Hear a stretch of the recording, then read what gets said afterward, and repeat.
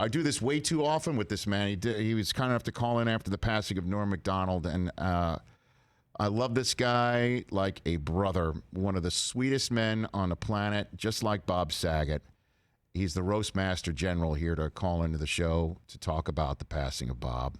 He is the great Jeffrey Ross. How are you, Jeffrey? Oh, I'm doing as best as possible, my friend. Doing as best as possible. I know, and a lot of late nights, a lot of crying. I bet, and that's why I reached out. I'll be honest with you, as always, so many great ideas that they start with Susie, my wife, Suze, and she's just like, you should reach out to Jeffrey. Maybe he wants to talk about him. Maybe that would be helpful, therapeutic, or whatever. You should have him on. And that's when I texted you. I'm like, okay. So I didn't want to bother, but I just figured maybe you wanted to talk about Bob, and yeah, I'll give you the floor. Thanks, homie.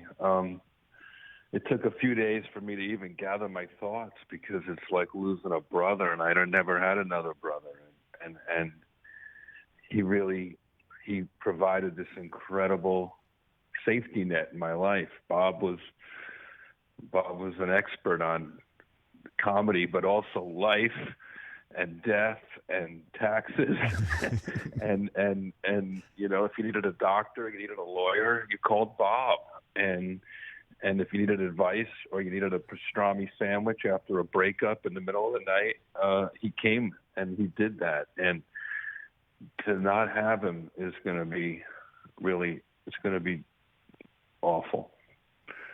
It really is. He would have loved the outpouring. He would have loved this. When did you first meet him, Jeffrey? When did you first meet Bob? It's a little vague because we always try to remember, and it was probably passing in the hallways at the comedy clubs. But I think it was the Aristocrats movie that really brought us together. The documentary probably made about 15 years ago. And it had a lot of funny comedians doing the same dirty joke. And Bob had the dirtiest version of this old Aristocrats joke.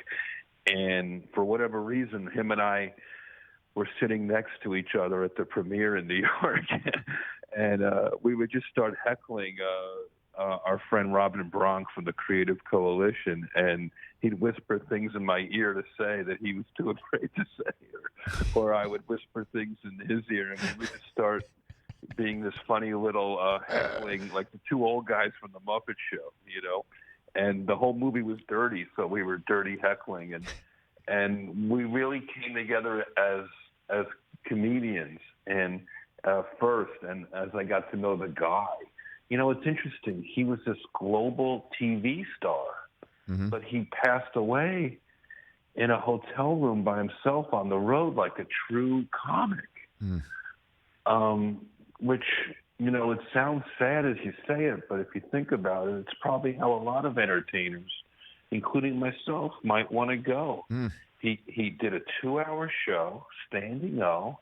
I mean, who the hell does a 2-hour show? But Bob loved to talk, and when he had a great crowd, and these pandemic era crowds are just the best of my career, and Bob was feeling that too. We talked about it. People were so grateful to have live entertainment. When you take something away, then you bring it back. They really appreciate it. And he delivered this amazing performance, and then he got in his car and he drove another couple hours to his next gig for the next day, and he called Kelly, and he posted about his show, and he just died. He just died right there in that bed, tucked in with the lights out. Hopefully he didn't suffer too much. Somebody had to knock this Betty White off the internet finally. So you're too much. This no good punk Betty White had to be taken off the internet finally. Roastmaster General Jeffrey Ross here on the Rich Eisen Show. So let's talk about the Saget Roast. Some great moments from that I've been going down like a YouTube wormhole over the last few days. What was that like, Jeffrey? The Saget You said Roast. the roast? I didn't hear you. Yeah, the Saget Roast from back in the day. I've been at Bob's house the last couple of nights. With his with his wife and the Full House cast and John Mayer and our friend Mike Binder.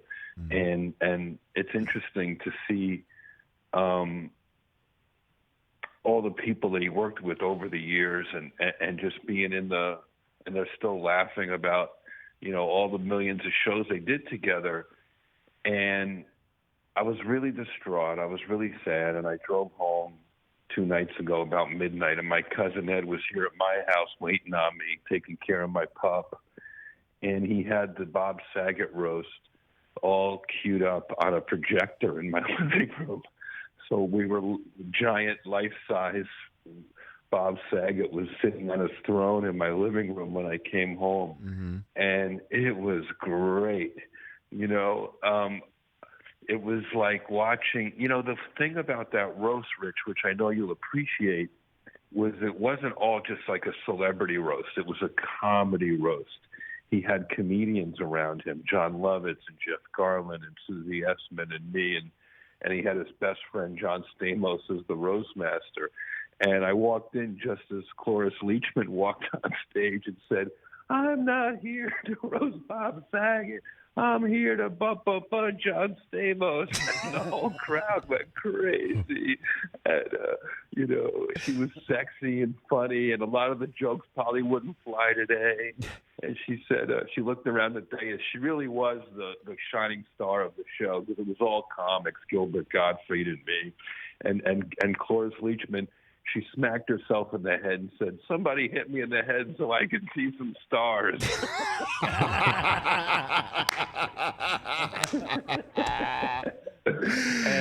and I remember Norm Macdonald and Cloris. Norm did that wonderful set where he did these like corny jokes, and Bob is just dying.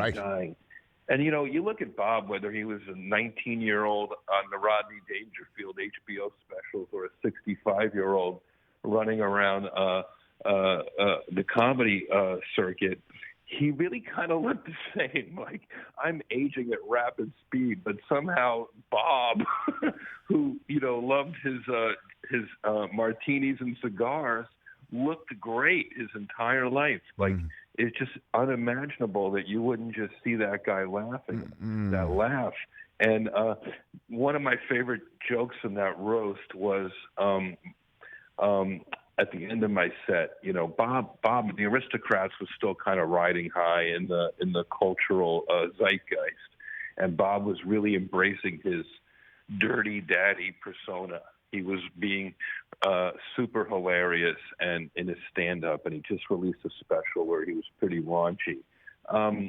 And I said, Bob, if you noticed, I didn't curse once during my show tonight. I didn't want to compete with the master, but I would like to leave you, in honor of the late great George Carlin, who had just passed away. I said, I'd like to leave you all with another 7 words you'll never hear on television.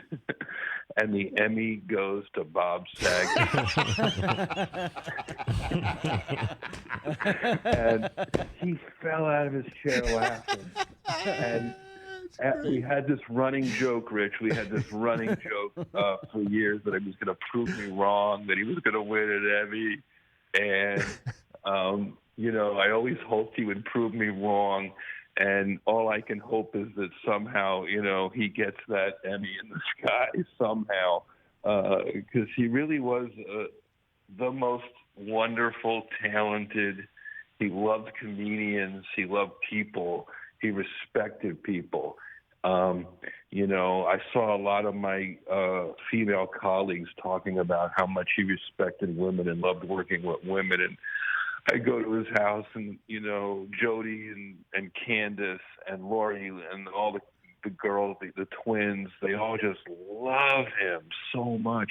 He took this fake TV family and he made it his real family. He did, and he had a beautiful family on his own. And my wife loved Bob Saget. She is so brokenhearted right now, Jeffrey, and because she met him first before meeting me, and and just his sweetness, his niceness, his love of people and making them laugh. But the thing I want to point out here, you haven't seen, we have this photograph of you and Bob together that we've shown a couple times, and I want to show it one more time. It's in front of the drop and the step and repeat drop behind you, and it has the Scleroderma Research Foundation symbol on it, because that's what he was really all about too, because his sister died of this awful disease called scleroderma, and he would get you, and I mean, name it. And he would call people up and say, I need you here, and what can you give me to auction off? You know, what can you give me? What can I get? What can we do to raise money? And you come here and do a set in front of 400 people in a ballroom, and everyone would come because it was Bob asking, you know? And he never asked for anything other than that. Correct. That was the ask. And I don't care if you were Robin Williams. I don't care if you're, the biggest star on the planet. He had Josh Groban. He had John Mayer. He had Jimmy Kimmel. He had his buddies like us do those auctions.